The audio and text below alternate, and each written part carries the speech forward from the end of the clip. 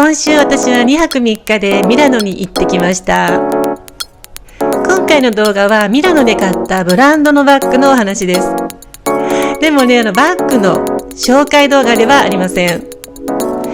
なぜね、そのバッグを選んだのか、どんな視点で選んだのか、少ない洋服でもね、華やかなスタイルを楽しむために、私がね、どんな思考でお買い物しているのか、今日はね、そのお話をします。こんにちは、ファッションキュレーターの野崎ひとみです。今回のね、旅行はね、ヘルシンキ以来、1年ぶりでした。でもね、今回のほとんど映像ね、撮ってないんですよね。ちょっとでも今年から旅 Vlog も撮らないことに決めて、どうしてもね、撮影することにちょっと集中してしまって、私のね、頭がね、仕事モードなんですよね、いつも。なので、もうちょっとミラノ旅行はもう完全にもうプライベートで、街とね、時間と自分の感覚にもうちょっと集中したいと思って行きました。イタリアがね、私初めてなんだけど、ミラノはね、パリとはまた違う空気感がありましたね。もう歩いてる人たちもよりスタイリッシュに感じました。ミラノの女性はピシッとしてるカフェでお茶してても髪も綺麗に整えられていて姿勢も美しい感じ。パリではパッと無造作にしてるのがかっこいいっていう印象だけども、ちょっとやっぱ違いがありましたね。で、私が行ったカフェで真っ赤の A ラインのコートをね着てたり、髪もピシッとまとめてるんですよね。で、あとね、レオパート柄のスカートにロングブーツとか、もう洗練されてるっていう印象でした。で、今年から私はね、数をね、減らして、もう本当にね、欲しい、もう長くね、愛せるものを揃えていこうと決めて、まずね、もう最初にバッグ、自分へのね、バースデープレゼントにしたいと考えてました。で、海外生活も6年目ですが、バッグもシューズもね、やっぱり、だんだんと傷んできちゃってて、新しいね、バランスをね、考える時期に来たなと思って、ちょっとそういう考えになってきたんだけども、リーズナブルなバッグを気軽に持つのも楽なんだけど、早いサイクルでね、ダメージが来てしまうことにちょっと疲れてきてしまって、それでね、長く使えて、どんな場面にもね、持っていけるバッグを探してて、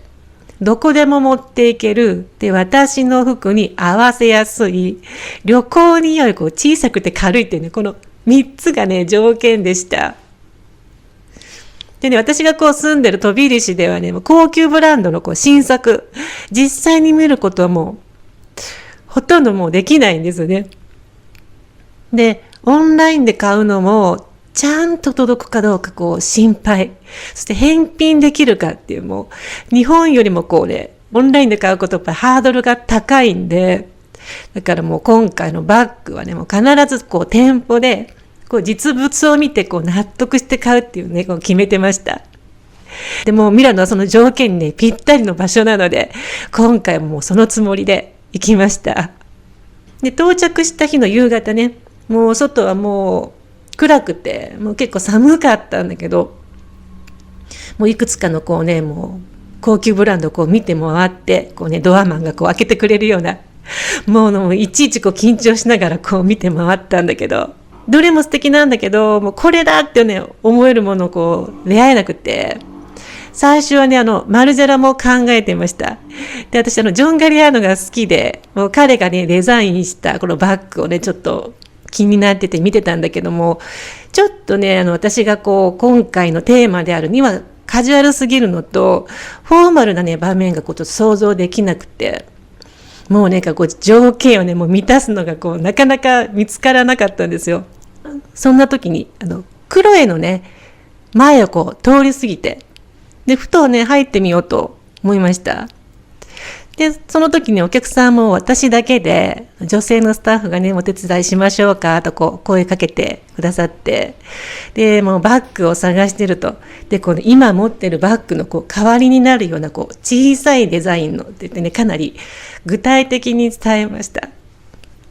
っていろいろこうね、持ってこられるんだけど、こう、もう好きじゃない。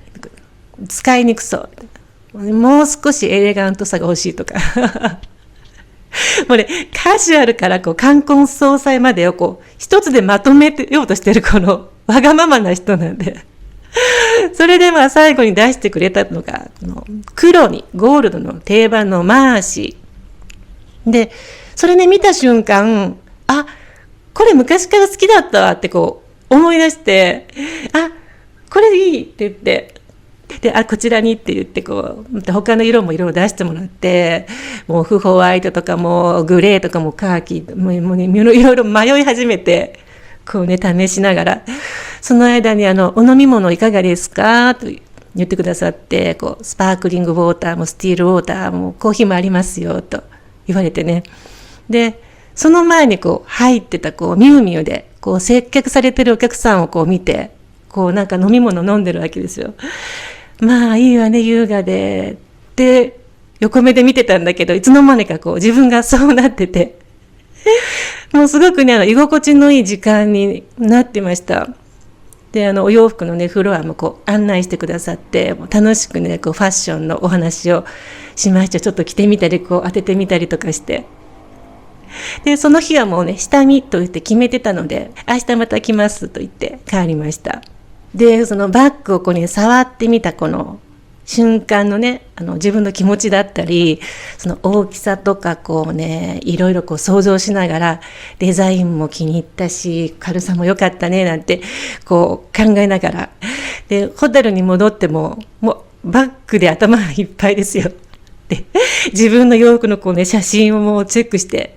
グレーだと春夏にも対応できるかとか、冠婚葬祭だとも黒がいいなとか。で、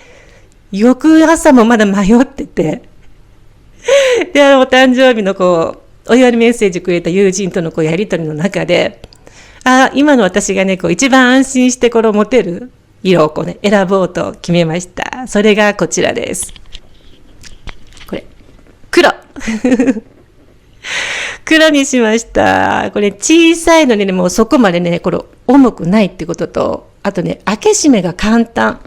で、あとこう、携帯もこう、パスポートもパッと入って、このチケットとか紙のチケットがあるときも、ここにこう、スッと入れられる、いちいちこう、ジッパーしなくていいっていうね。これはいいわと思って、で、本当にシーンを選ばずね、こう、長く使える、こう、バッグにね、出会えたと思っています。で、後日談があって、この購入後ね、接客してくれたスタッフの兄からね、こうお礼のメッセージが届きました。で、私がね、誕生日の記念だったっていうことと、このね、兄の接客がもうすごく良くて、もう素晴らしいね、思い出をくれたことに感謝を伝えたら、もうすごい感激してくださって、もしね、今日お時間があれば、シャンパングラスでね、お祝いしたいからお店に寄ってくださいとまで言ってくださって、もうね、フライト時間がね、迫ってたから行けなかったんだけど、もうね、また来たい場所がこうね、ミラノにできたことがすごく嬉しかったです。今回ね、皆さんに伝えたいことは、私がね、買ったのはね、バッグだけじゃないっていうこと。スタッフのね、その楽しい会話だったり、こうね、バッグを選ぶ時間、そのもの、もうそのね、時の記憶。これはね、私は物じゃなくて、その時間と、これね、素晴らしい体験を一緒に買ったと思ってます。で、これらの体験はオンラインではね、こう、決して得られないものなんですよね。で、購入した日のコーデがこちらです。もう小雨でほんと寒くて、首に巻いてたスカーフをこう頭にこうね、巻いたんだけど、この日黒のコートにちょうどね、ゴールドのシューズを履いてたんだけど、購入予定のバッグにもね、合うということを確認できたのもこう安心につながりました。今回のね、バッグ選びで大事にしたことは、こうね、たくさん持たないこう選択をしたときに、広範囲でね、こう、芯をカバーしてくれるデザインを求めたこと。そしてね、高級ブランドのバッグ一点にこう集中した理由は、品質とね、デザインの高さ。こう、長く使える自信が自分に持てるかどうか。使い捨てではないっていうことがね、大きな理由でした。ブランドバッグはね、ただのこう贅沢ではないと思います。自分のね、人生に納得してね、お金を使えるかどうか、これがね、私の考えです。同じものをね、買わなくていいです。でもね、自分でこう選ぶ感覚、これをね、大切にしてほしいと思って、今回の私の体験をシェアさせていただきました。それではまた次回の動画でお会いしましょう。See you!